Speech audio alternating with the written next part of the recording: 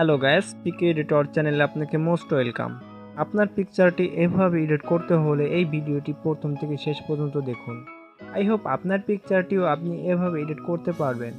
এই পিকচারটি আমি এডিট করেছি লাইটরুম অ্যাপ্লিকেশনটি দিয়ে। লাইটরুম অ্যাপ্লিকেশনটি আপনার ফোনে ইনস্টল না থাকলে প্লে স্টোর থেকে ইনস্টল করে নিতে পারেন, অথবা আমার এই ভিডিওর ডিসক্রিপশন বক্সে লিঙ্ক দেওয়া আছে, সেখান থেকেও আপনি ডাউনলোড করে নিতে পারেন। তো গাইস, এই ভিডিওটি যদি ভালো লেগে থাকে একটি লাইক করবেন, সেই সাথে আপনার সুন্দর কমেন্টটি কমেন্ট বক্সে জানিয়ে দিবেন এবং editing new tips and tricks পেতে এই চ্যানেলটি এখনই সাবস্ক্রাইব করে ফেলুন। তো গাইস, চলে যাব লাইটরুমে এবং কিভাবে এই ফটোটি এডিটিং করা যায় সেটা এখন দেখব। তো চলুন লাইটরুমে চলে যাই।